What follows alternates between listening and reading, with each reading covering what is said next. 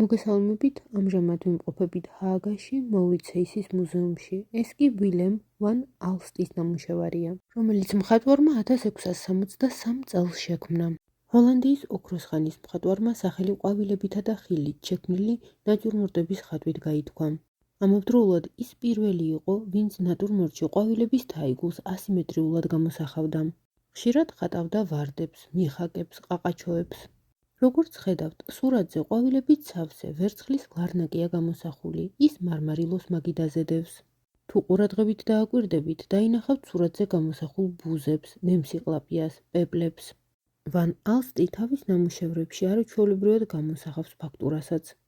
მაგალითისთვის, საათზე შებმულ ატლასის ბაბთას დააკვირდით.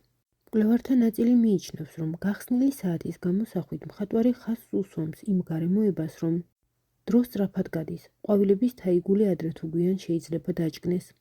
თუმცა თაიგული, რომელსაც ის ხატავს, გაუძლებს დროს.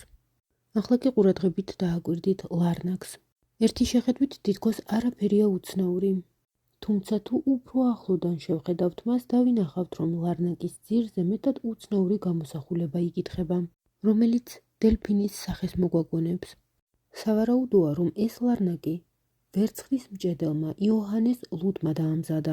ლუტის ავტორობით შექმნილი ლარნაკები დიდი პოპულარობით სარგებლობდა 1650-იან წლებში.